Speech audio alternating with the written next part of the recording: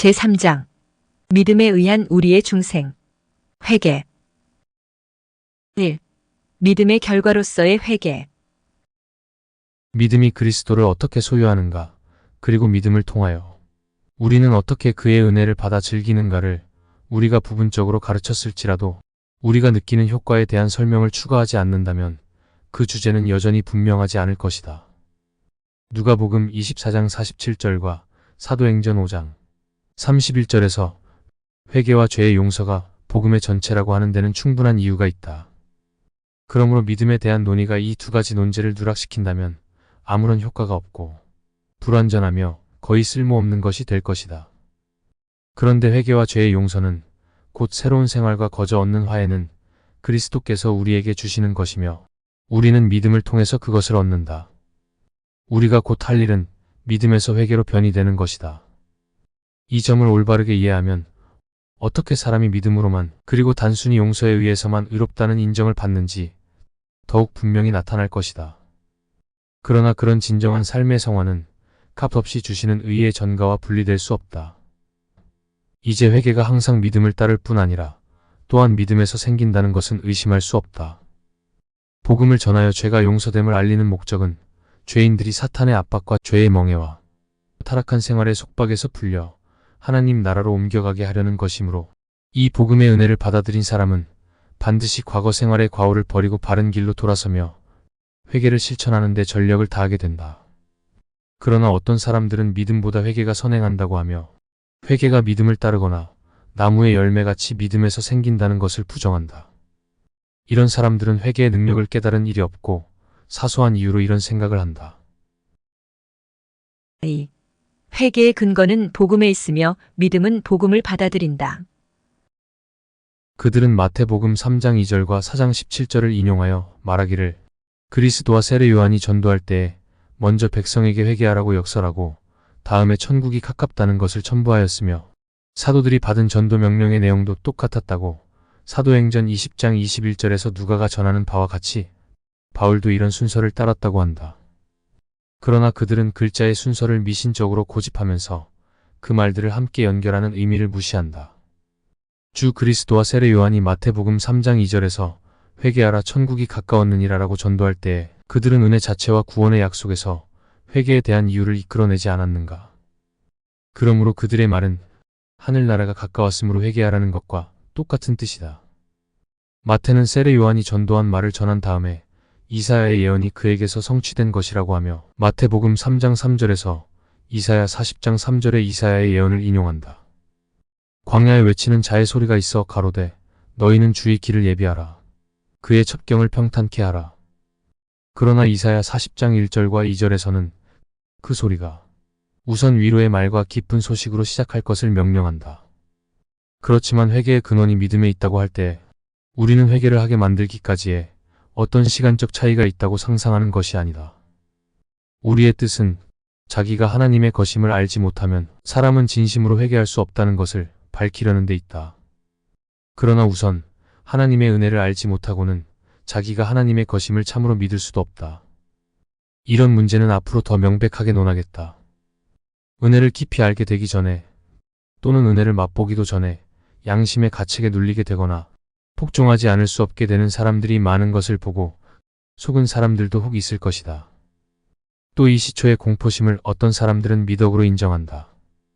이는 그것이 진정하고 올바른 복종에 가깝다고 보기 때문이다. 그러나 여기서 문제가 된 것은 그리스도께서 어떻게 여러 가지 방법으로 사람들을 자신에게로 이끄시는가 또는 경건 생활을 위하여 그들을 준비시키시는가 하는 것이 아니다. 나는 다만 성령이 지배하시지 않는 곳에 올바른 생활이 있을 수 없다고 말할 뿐이다. 즉 그리스도께서 받으셔서 그의 지체들에게 전달하는 그 영이 지배하셔야 된다는 것이다. 둘째로 사요하심이 주께 있음은 주를 경외케 하심이니이다. 라는 시편 130편 4절의 말씀과 같이 하나님께서 자기에게 호의를 가지셨다고 믿는 사람이 아니면 하나님을 경외하지 않는다고 나는 말한다. 하나님께서 자기의 복종을 기뻐하신다고 믿지 않으면 아무도 율법을 지키기 위해서 노력하지 않을 것이다. 죄를 관대히 용서해 주시는 이 자비심이야말로 아버지 같은 하나님의 호의를 알리는 표지이다. 호세아 6장 1절의 호세아의 권고는 이 점을 알려준다. 오라 우리가 여호와께로 돌아가자. 여호와께서 우리를 찢으셨으나 도로 낫게 하실 것이요. 우리를 치셨으나 싸매어 주실 것임이라. 왜냐하면 사람들이 죄 가운데 무감각하게 되지 못하도록 용서를 받으리라는 소망이 자극으로 덧붙여지기 때문이다. 그러나 회개로부터 시작하려는 자들의 미친 짓에는 하등의 이유도 없다. 그들은 새로 계심한 사람들에게 며칠 동안 참여하라고 명령하고 이 기간이 지난 후에야 비로소 그들이 복음의 은혜에 참가하는 것을 허락한다. 이런 사람들이 제세례파에 대단히 많고 특히 영적이라는 세상 사람들의 말을 굉장히 기뻐하는 사람들이 그렇다. 그들의 동반자인 예수의 회원들과 그들과 비슷하다는 사람들도 그렇다. 분명히 그들은 경박한 생각으로 회개를 겨우 며칠 동안으로 제한하나 그리스도인은 일평생 회개를 계속해야 한다. 참고 광목 주석. 칼빈은 전항과 본항에서 다음과 같이 언급한다. 회개가 항상 믿음을 따를 뿐 아니라 또한 믿음에서 생긴다는 것은 의심할 수 없다. 그렇지만 회개의 근원이 믿음에 있다고 할 때 우리는 회개를 하게 만들기까지의 어떤 시간적 차이가 있다고 상상하는 것이 아니다. 우리의 뜻은 자기가 하나님의 것임을 알지 못하면 사람은 진심으로 회개할 수 없다는 것을 밝히려는 데 있다. 여기서 거듭남, 믿음, 회개, 회심 등의 용어와 개념들의 관계에 대해서 정리하자면 다음과 같다. 예수님께서는 요한복음 3장 3절에서 진실로 진실로 내게 이르노니 사람이 거듭나지 아니하면 하나님의 나라를 볼 수 없느니라 라고 말씀하셨다. 거듭남은 다른 말로 위로부터 태어남이라고 할 수 있다.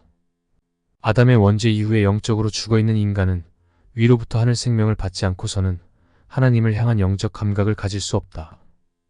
우리가 태어나는 것도 우리의 의지와 상관없는 것과 같이 거듭남도 우리의 의지와 상관없이 일어나는 일이다.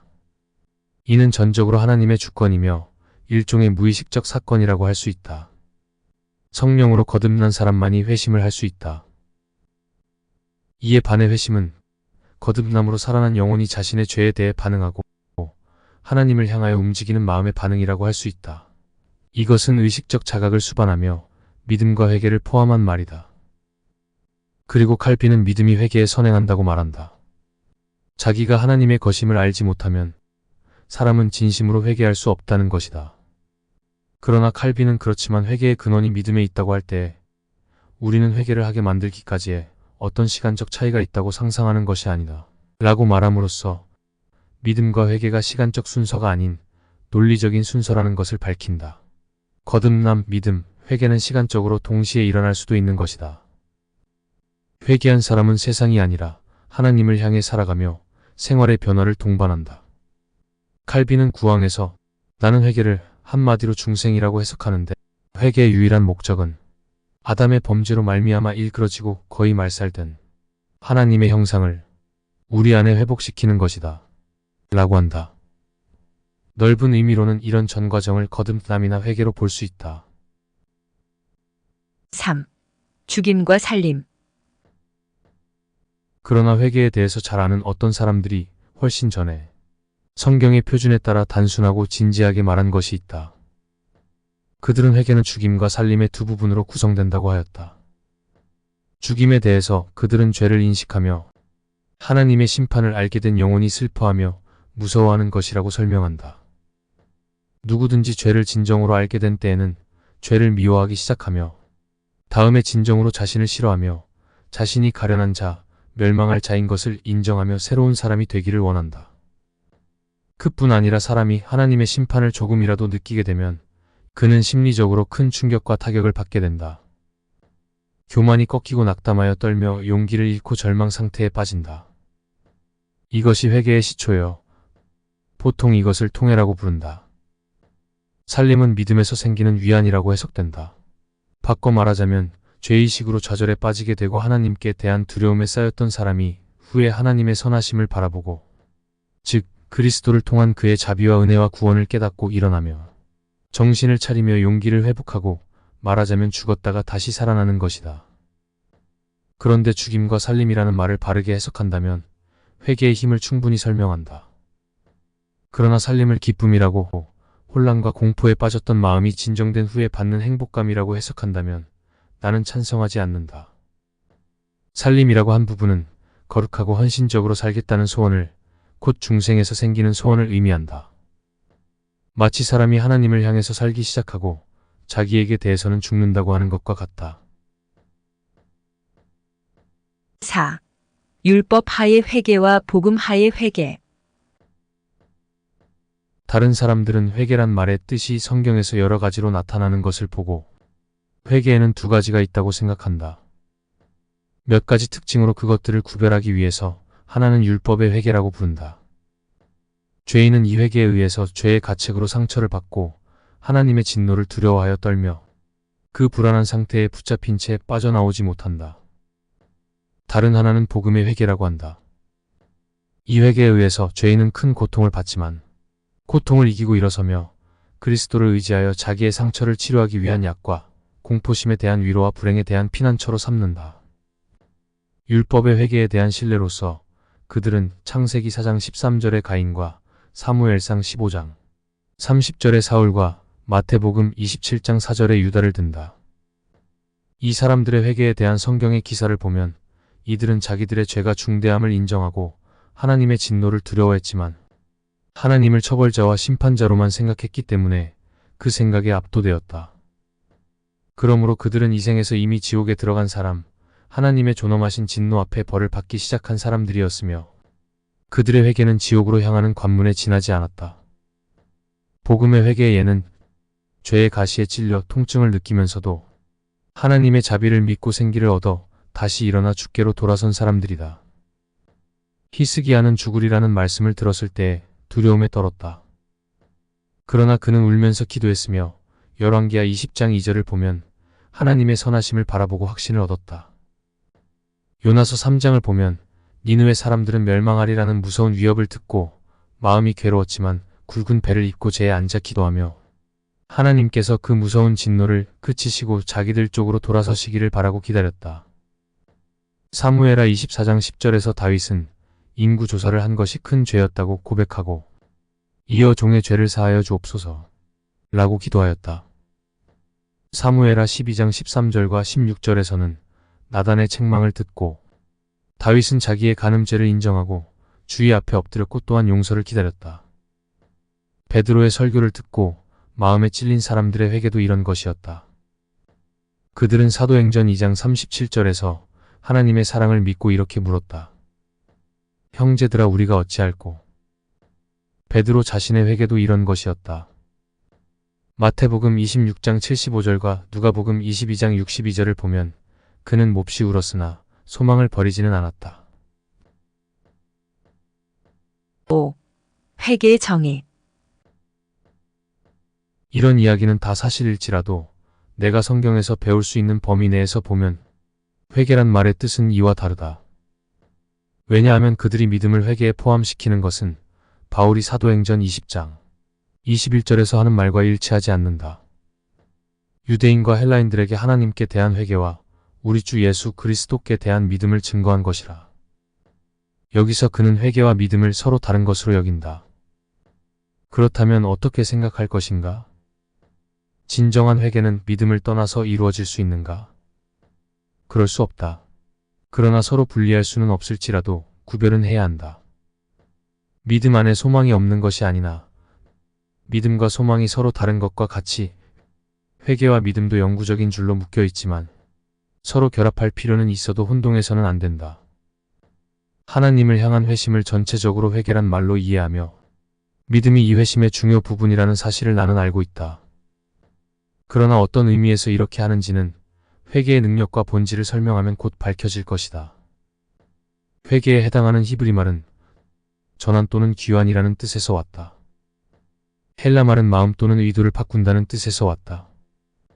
그리고 내용도 이 두 가지 어원에 밀접히 대응된다. 그 뜻은 우리가 우리 자신을 떠나서 하나님께로 향하며 우리의 이전의 마음을 벗어버리고 새 마음을 입는다는 것이다. 그렇기 때문에 내가 회개의 좋은 정의라고 생각하는 것은 이것이다. 곧 회개는 우리의 생활을 하나님 쪽으로 전향하는 일이며 그를 순수하게 또 진지하게 두려워하기 때문에 생기는 전향이다. 그리고 회개 요소는 옛사람과 육을 죽이는 것과 성령에 의한 삶으로서 성립된다. 옛날 예언자들과 그 후의 사도들이 당시 사람들에게 권고하며 설교한 회개의 뜻을 우리는 이렇게 해석해야 한다. 설교자들이 얻으려고 노력한 것은 한 가지뿐이었다.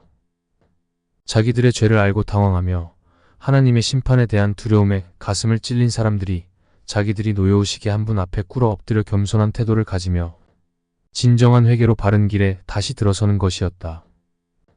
그러므로 주께로 돌아서라. 또는 돌아가라. 바른 정신을 차리라. 또는 회개하라 등의 말은 같은 뜻으로 서로 바꿔 쓰인다. 그래서 성경에 있는 역사를 보면 하나님을 무시하고 정욕대로 방종하게 살던 사람들이 하나님의 말씀에 순종하기 시작하며 그들의 지도자가 부르는 곳으로 언제든지 갈 생각을 하게 됐을 때 그들은 하나님을 향하여 회개했다고 한다. 또 요한과 바울은 모든 행동에서 이런 회개를 보이며 증거하는 생활을 회개에 합당한 열매를 맺는 것이라고 한다. 6. 회개는 하나님께로 돌아서는 것. 그러나 더 앞으로 나아가기 전에 우리가 결론한 정의를 좀 더 분명히 설명하는 것이 좋겠다. 우리는 회개를 세 가지 제목으로 나누어 검토해야 한다. 첫째로, 회개는 하나님께로 생활을 전향하는 것이라고 할 때 그것은 외면적인 행위뿐만 아니라 영혼 자체가 변모할 것을 요구한다. 영혼은 그 옛 성질을 벗어버려야만 비로소 새로운 갱신과 조화되는 행위를 낳을 수 있다. 이 변화를 표현하고자 에스겔 18장 31절에서 선지자는 너희는 너희가 범한 모든 죄악을 버리고 마음과 영을 새롭게 할지어다 라고 말함으로써 회개하라고 권하는 사람들에게 새 믿음을 가지라고 한다. 그러므로 모세는 이스라엘 백성이 어떻게 회개하며 하나님께로 올바르게 돌아갈 수 있는가를 알려주기 위해서 신명기 6장 5절, 10장 12절, 30장 2절과 6절, 10절 등에서 마음을 다하고 성품을 다하라고 자주 가르친다. 이 말은 예언서에서 자주 반복되었다. 그리고 모세는 회개를 마음의 할례라고 부름으로써 마음 깊은 곳에 감정까지 들어간다. 그러나 회개의 진상을 가장 잘 나타내는 것은 예레미야 4장에 있는 말씀이다. 이스라엘아 내가 돌아오려거든 내게로 돌아오라. 너희 묵은 땅을 갈고 가시덤불 속에 파종하지 말라. 너희는 스스로 할례를 행하여 너희 마음 가죽을 베고 나 여호와께 속하라. 여기서 그들이 무엇보다도 먼저 가장 깊은 마음속에서 사악한 생각을 떼어버리지 않으면 이 일을 행하려 하여도 아무것도 성취하지 못하리라고 주께서 단정하시는 것을 보라. 또 그들의 마음을 철저히 움직이시려고 그들이 대하고 있는 분은 술책이 통하지 않는 하나님이시란 것을 경고하신다. 이는 야고보서 1장 8절에서 말씀하시듯이 하나님께서는 두 마음을 가지는 것을 미워하시기 때문이다. 이 때문에 이사야는 위선자들의 터무니없는 헛수고를 비웃는다. 그들은 여러 가지 의식을 준수함으로써 참으로 집요하게 외적인 회개를 시도한다. 그러나 동시에 자신들이 억압하고 있는 가난한 사람들을 얼매는 악의 띠를 풀어주는 데 관심이 없다. 거기서 그는 또 어떤 의무를 다하면 진지하고 올바른 회개가 되는가를 훌륭하게 밝혀준다. 7. 회개는 하나님을 두려워할 때에 생긴다. 둘째로, 우리는 회개는 하나님을 진지하게 두려워하는 데서 생긴다고 말했다. 이는 죄인의 마음이 회개를 하려면 먼저 하나님의 심판을 생각하고 정신을 차려야 하기 때문이다. 하나님께서 심판대에 오르셔서 모든 말과 행동에 대한 설명을 요구하시는 날이 오리라는 생각이 마음속 깊이 철저하게 박힐 때에 가련한 죄인은 일순간도 평안하지 못하고 심지어 호흡까지도 자유롭지 못할 것이며 생각하는 것은 오직 어떻게 생활 방식을 고쳐야 심판대 앞에 떳떳이 설 수 있을까 하는 것이다. 그렇기 때문에 성경에서 회개를 전할 때에는 심판에 관해서 언급하는 때가 많다. 예레미야 4장 4절에는 그리하지 아니하면 너희 악행으로 말미암아 나의 분노가 불같이 일어나 사르리니 그것을 끌 자가 없으리라고 하는 말씀이 있다. 사도행전 17장 30절과 31절에서 바울이 아덴 사람들을 책망할 때에 알지 못하던 시대에는 하나님이 간과하셨거니와 이제는 어디든지 사람에게 다 명하사 회개하라 하셨으니 이는 천하를 공의로 심판할 날을 작정하시고라고 하였다. 성경은 간혹 과거에 받은 벌을 가리켜 하나님의 심판이었다고 선언한다. 이것은 만일 죄인들이 속히 회개하지 않으면 더 큰 벌이 내릴 것이라는 것을 생각하게 하려는 것이다. 신명기 29장 19절 이하에 이런 예가 있다. 죄를 무서워하는 것과 죄를 미워하는 생각이 회심의 시초가 되기 때문에 사도는 고린도후서 7장 10절에서 하나님의 뜻대로 하는 근심을 회개의 원인이라고 한다. 우리가 벌을 싫어할 뿐 아니라 죄 자체를 미워할 때 바울은 그것을 하나님의 뜻대로 하는 근심이라고 부른다. 이는 하나님께서 죄를 싫어하시는 것을 우리가 알기 때문이다. 우리의 본성이 부패했기 때문에 하나님께서는 우리를 위협하실 때 더욱 엄격하게 하지 않으실 수가 없다. 잠든 자들을 조용하게 달래는 것은 효과가 없을 것이다. 이에 관해서 우리가 성경에서 자주 알게 되는 말씀들을 나는 열거하지 않는다. 하나님께 대한 두려움이 회개의 시작이 되는 데는 다른 이유도 있다. 사람의 생활이 모든 덕으로 가득 찼다고 하더라도 만일 하나님을 경배하지 않는다면 그런 생활은 세상의 칭찬은 받겠지만 하늘에서는 가증한 것에 불과할 것이다. 이는 하나님에게 그의 권리와 영광을 돌리는 것이 의의 가장 중요한 부분이며 우리가 하나님의 지배하에 복종하지 않는 것은 곧 하나님의 권리와 영광을 도적질하는 불경 행위이기 때문이다. 8. 죽임과 살림은 회개의 구성 부분이다. 셋째로 회개는 육을 죽이고 영을 살린다는 두 부분으로 성립된다는 말을 설명해야겠다. 이 점에 대한 선지자들의 말은 육적인 사람들의 받아들이는 능력에 맞도록 단순하고 무뚝뚝하지만 그 뜻은 분명하다. 그들은 행악을 그치고 선을 행하라고 한다. 마찬가지로 이사야 1장 16절과 17절에서 너희는 스스로 씻으며 스스로 깨끗게 하여 내 목전에서 너희 악업을 버리며 악행을 그치고 선행을 배우며 공의를 구하며 학대받는 자를 도와주며라고 하였다. 그들이 사람들을 향하여 악을 떠나라고 호소할 때 요구하는 것은 악과 패역함이 가득한 육을 전멸시키라는 것이다.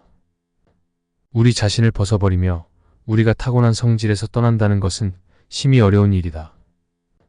또 우리 자신에서 나온 것을 무엇이든지 일소하지 않으면 우리의 육을 완전히 말살했다고 할 수 없다. 하나님의 법에 순종하는 첫걸음은 우리의 본성을 부정하는 것이다. 그 다음에 선지자들은 변화된 상태를 회개의 열매, 곧 의와 공의와 자비라고 부른다. 거룩하신 성령이 우리의 영혼을 감화시키시며 우리의 영혼이 새로운 생각과 새로운 감정으로 그의 거룩함에 깊이 잠길 때 우리의 영혼이 참으로 새로워졌다고 생각할 수 있게 된다. 물론 우리는 본래 하나님을 등지고 돌아서 있으므로 자기 부정이 선행되지 않으면 결코 바른 길에 접근할 수 없을 것이다. 그러므로 에베소서 4장 22절과 23절에서 우리는 자주 옛 사람을 벗어버리고 세상과 육을 포기하며 우리의 악한 욕심과 작별하고 심령으로 새로워지라는 명령을 받는다. 참으로 죽임이란 말 자체가 우리의 이전 성질을 잊어버리기가 얼마나 어려운가를 우리에게 경고한다. 죽임이라고 했으니 우리는 만일 하나님의 검이 우리를 쳐 죽이시지 않으면 우리가 하나님을 두려워하지 않으며 경건 생활의 초보를 깨닫지 못할 것이라고 생각한다. 이는 마치 하나님께서 우리가 그의 자녀 가운데 들어가려면 우리에게 공통된 본성이 죽어야 한다고 선언하시는 것과 같다. 9. 그리스도 안에서 거듭남. 이 두 가지 일은 우리가 그리스도와 동참할 때 이루어진다. 이는 우리가 참으로 그리스도의 죽음에 동참한다면 우리 옛 사람이 예수와 함께 십자가에 못 박힌 것은 죄의 몸이 멸하여라고 로마서 6장 6절에서 말하는 것처럼 부패한 본성이 마음대로 힘을 쓸 수 없게 되기 때문이다. 우리가 그의 부활의 참여자라면 우리는 그것으로 인해 하나님의 의에 상응하는 새로운 삶으로 성장한다. 그러므로 나는 회개를 한마디로 중생이라고 해석하는데 회개의 유일한 목적은 아담의 범죄로 말미암아 일그러지고 거의 말살된 하나님의 형상을 우리 안에 회복시키는 것이다. 사도가 고린도후서 3장 28절에서 가르친 것도 바로 이것이다. 곧 우리가 다 수건을 벗은 얼굴로 거울을 보는 것 같이 주의 영광을 보매 저와 같은 형상으로 화하여 영광으로 영광에 이르니 곧 주의 영으로 말미암음이니라 라고 했으며 같은 뜻으로 에베소서 4장 23절과 24절에서는 오직 심령으로 새롭게 되어 하나님을 따라 의와 진리의 거룩함으로 지으심을 받은 새 사람을 입으라 라고 했다. 골로새서 3장 10절에는 새 사람을 입었으니 이는 자기를 창조하신 자의 형상을 쫓아 지식에까지 새롭게 하심을 받는 자니라. 라고 하였다. 따라서 우리는 그리스도의 은혜로 입은 중생에 의해서 아담 때문에 잃었던 하나님의 의를 회복하게 된다. 이와 같이 주께서는 생명의 기업을 받도록 양자로 삼으신 모든 사람을 완전히 회복시키기를 기뻐하신다. 그리고 이 회복은 한순간이나 하루나 한 해에 이루어지는 것이 아니고 한평생이 필요하다. 하나님께서는 그들의 온 마음을 새롭게 하여 진정한 순결에 이르게 하시며 그들이 평생을 통하여 회개를 실천하며 이 싸움은 죽음이 와야만 끝난다는 것을 알게 하신다. 그러므로 내가 고린도후서 4장 4절의 바울을 따라 하나님의 형상을 의와 진리의 거룩함이라고 해석하는 것을 공격하여 이것은 현세 생활의 상태와 하늘 영광을 혼동하는 것이라고 떠들어대는 논쟁가이며 배반자인 스타필루스의 폐역은 더욱 극심한 것이다. 그의 태도는 마치 우리가 어떤 일을 정의할 때에 그 완전 무결한 상태를 구해서는 안 된다고 하는 것 같다. 그런데 이렇게 말하는 것은 성장의 여지를 부인하는 것이 아니다. 사람이 하나님의 형상에 가까워질수록 하나님의 형상은 그의 안에서 더욱 빛난다. 신자들이 이 목표에 도달할 수 있도록 하나님께서는 그들에게 회개의 경주를 하게 하시며 평생을 두고 달리도록 하신다.